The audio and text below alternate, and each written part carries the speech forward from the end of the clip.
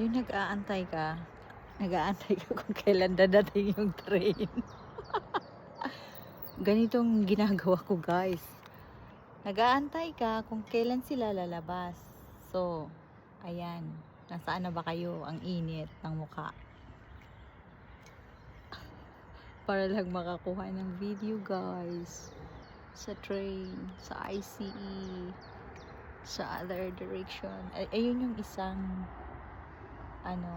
bridge para tawiran ng mga train.